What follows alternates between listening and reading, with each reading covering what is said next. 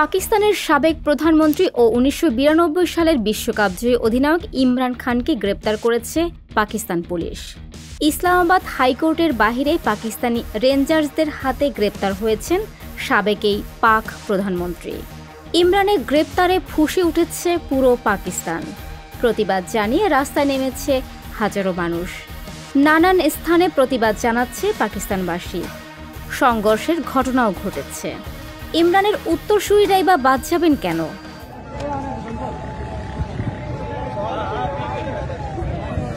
পাকিস্তানের সাবেক ক্রিকেট তারকা ওয়াসিম আকরাম, ওয়াকার ইউনুস ও শোয়েব আখতার ইমরানের গ্রেপ্তারের প্রতিবাদ জানিয়ে সামাজিক যোগাযোগ মাধ্যমে পোস্ট করেছেন।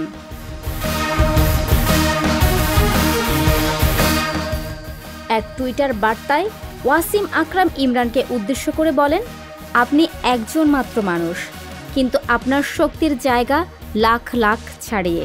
আপনি শক্তিশালী অধিনায়ক হয়েই থাকুন। আপনার পাশে আছি অধিনায়ক।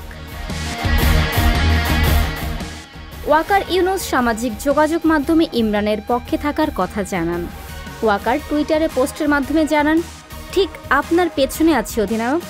অন্যায় শেষ হলে স্বাধীনতার জন্ম দেয়। আপনি আরও শক্তিশালী হয়ে উঠুন।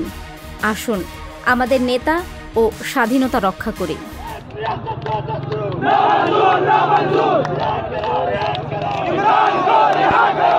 শোয়েবকে ইমরান খানের গ্রেপ্তার নিয়ে বেশ হতাশই দেখা যায়।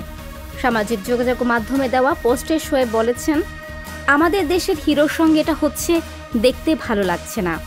ইমরান খানকে এভাবে নিয়ে যাওয়া হচ্ছে। তার এখন শারীরিক অবস্থা এবং দেশের জন্য তার ত্যাগ দেখে তাকে ছাড় দেওয়া উচিত। আমরা কোন দিকে যাচ্ছি? আমাদের দেশের হিরোকে সম্মান দেওয়া উচিত।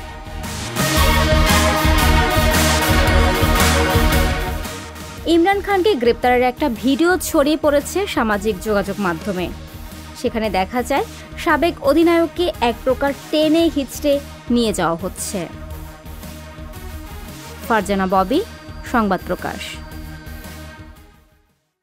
সংবাদ, ফিচার ও অনুষ্ঠানের জন্য ভিজিট করুন সংবাদ প্রকাশের ওয়েবসাইট এবং যুক্ত থাকুন ফেসবুক পেজ ও ইউটিউব চ্যানেলের সঙ্গে।